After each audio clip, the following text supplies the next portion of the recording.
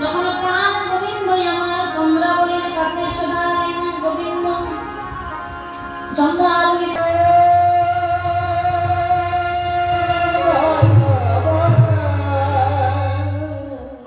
আজ যখন পেয়েছি তোমায় ছাড়ব না, নয়নের জলে চরণ দুটি জড়িয়ে ধরে কাছে ভগবান কি আর থাকতে পারবে?